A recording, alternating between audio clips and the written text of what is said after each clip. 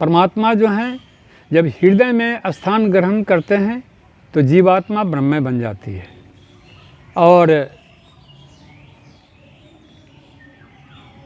इसे स्वयं अनुभूति करता ही जानते हैं कि ब्रह्म आनंद क्या है, सच्चिदानंद घन परमेश्वर क्या हैं।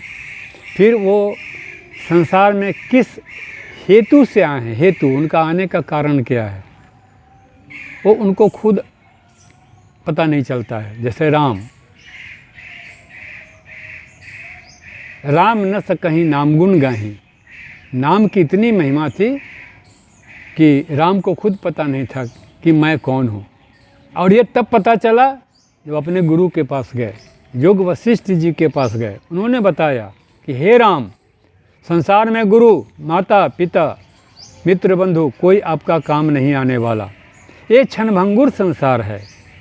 ऐसी स्थिति में आपको मोक्ष का प्रयास खुद करना पड़ेगा और मुक्ति आपको खुद प्राप्त करनी होगी। आज दिशाहीन होकर के, दिग्भ्रमित होकर के संत, ऋषि, मुनि, जोगी, साधक जितने भी हैं अपने भोग को इतना उत्कृष्ट बनाने के लिए प्रयास कर रहे हैं कि 84 लाख योनि से वंचित नहीं होने जा रहे हैं। 4 खानियों में उनका प्रवेश सुनिश्चित है। अंडज, पिंडज, स्वेदज, उद्भिज इनका छूटने नहीं जा रहा है। क्यों? इनके मन में मानसिकता है कि हम धरती पर सबसे बड़े संत कहाँ हैं, ऋषि कहाँ हैं, मुनि कहाँ हैं, कहाइए, महर्षि कहाइए। ये कहाने के चक्कर में है, अर्थात स्वाभिमान, मान, अभिमान, इसकी जिज्ञासा लगी हुई है। आशा, तृष्णा, लोभ, लालसा, मोह, माया, मद, काम व्याप रहा या ही काया में जपत देत नहीं राम। कौन राम? निर्गुण ब्रह्म, सगुण ब्रह्म नहीं, निर्गुण ब्रह्म। सगुण ब्रह्म में राम ही नहीं बल्कि उनके अनुयायी भी और आप भी हैं, ये शरीर भी है। अगर आप राम को जान गए हैं तो सिया राम में सब जग जानी, करहूँ प्रणाम जोड़ जुग पानी। गोस्वामी तुलसीदास जी ने रामायण नहीं लिखा, वाल्मीकि जी ने रामायण नहीं लिखा। वो तो एक माध्यम है। उनके शरीर में स्वयं परमात्मा बैठ करके लोगों को दिशा में ले जा करके ये दिखलाया है कि सृष्टि का कार्य कहाँ से प्रारंभ है, कहाँ जा करके इसका अंत होगा।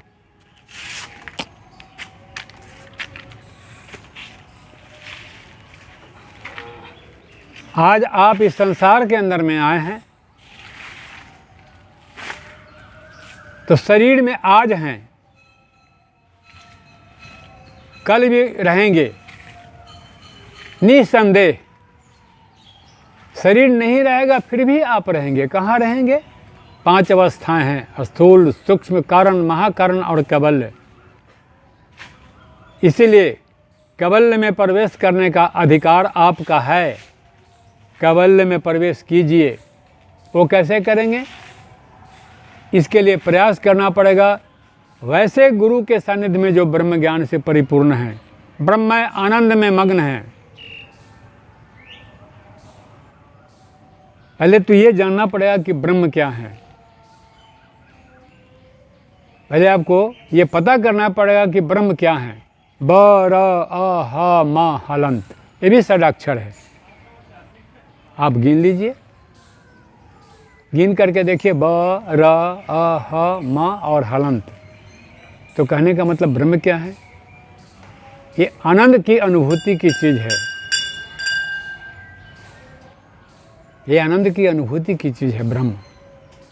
ब्रह्म का वर्णन नहीं है, ब्रह्म का दर्शन है। दिव्य दर्शनम में ब्रह्म आते हैं। ये सारा संसार, सारी सृष्टि, काल, यम सब ब्रह्म है, सब ब्रह्म से संचालित है। लेकिन ब्रह्म किसी के साथ नहीं है। ब्रह्म अपने आप में परिपूर्ण है और उसी परिपूर्णता को प्राप्त करने के लिए योग साधना है। सच्चे सतगुरु की शरण में जा कर के और प्रयास करना पड़ेगा, नहीं तो 84 लाख योनि से वंचित होना बहुत ही मुश्किल है। छोटे से शब्दों में आप ये जान लें कि आप मनुष्य रूप में आज कैसे दिखाई पड़ रहे हैं, इसके पहले कहाँ थे, ये तो खोजना पड़ेगा। ये तो पुनर्जन्म में ये है कि पुनर्जन्म, पुनरावृत्ति, ये जीव भाव तक का है पुनर्जन्म। जीव का जन्म होता है, ब्रह्म का नहीं। अगर अहम ब्रह्मास्मिन का बोध अगर हो जाता है, अहम ब्रह्म में अगर हम जान जाते हैं, तो फिर जन्म मरण से आप रहित हो जाते हैं, आवागमन से वंचित हो जाते हैं। इन्हीं शब्दों के साथ में आपके भीतर में एक सद्ज्ञान, सद्भाव का मार्गदर्शन देते चलें कि सृष्टि के अंदर में योग वशिष्ठ जी ने स्पष्ट यहाँ तक पहुँचने का 7 मार्ग बनाया है, 7 अवस्था, 7 सीढ़ी बनाई है। शुभ इच्छा, शुभ विचार, तनु मानसा असंशक्ति, सत्वापत्ति, पदार्थ भावरी, तुर्या, अष्टम है तुर्यातीत, तुर्या तक के सभी लोग जा सकते हैं।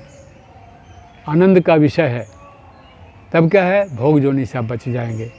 तुर्यातीत में जाने के बाद में स्वैच्छिक प्रमाणित आपको लोक की प्राप्ति होगी, या आवागमन से रहित हो जाएंगे, जिसको परम तत्व परमात्मीय बोध कहते हैं।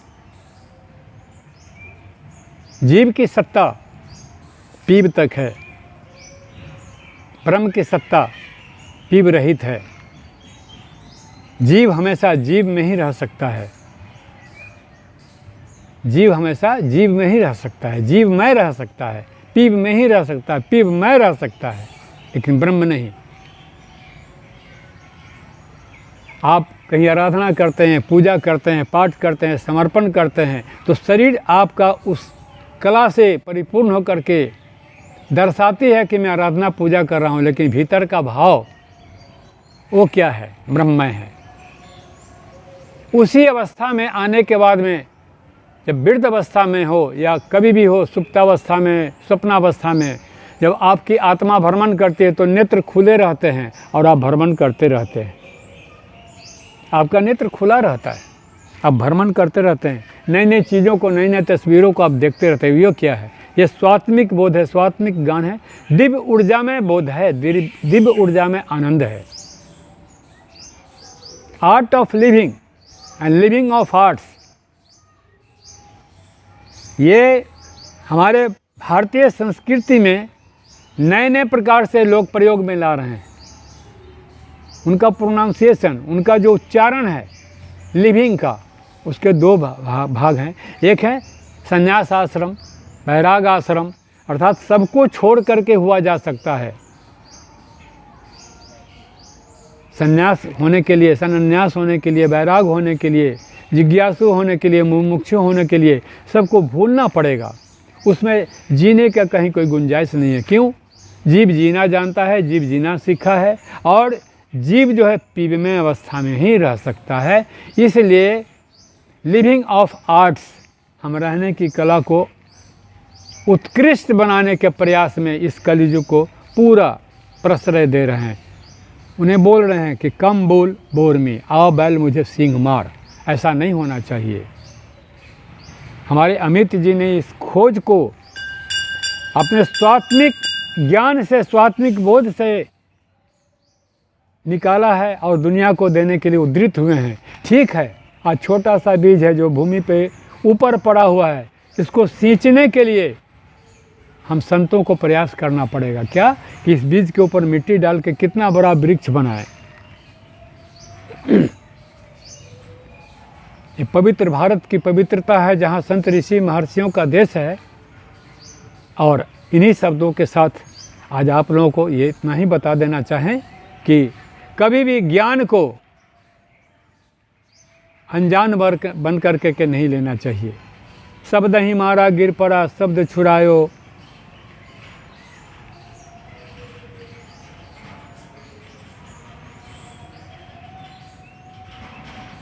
छूट गया ना इतना देर। साइलेंस होने का मतलब क्या है? छूट गया। क्या? शब्द छुड़ायो राज, जिन जिन शब्द विवेकियाँ उनके सरी गयो काज। उनके सारे कार्य अपने आप होते हैं।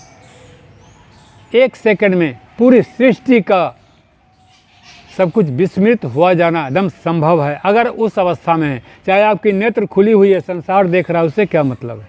संसार को आप देख रहे हैं, उससे क्या मतलब है? ये तो क्षण भंगुर है, क्षण भर का है। आपकी दोनों नेत्र नहीं है, फिर भी आप परमात्मा को देख सकते हैं। ये कौन सी कला है जो सूरदास को प्राप्त हुआ था? नेत्र को दोनों को समाप्त होने के बाद वो परमात्मा का हृदय में दर्शन किए थे। आज उसी में आप लोग लग जाएं, हम लोग लग जाएं इन्हीं शब्दों के साथ। ओम।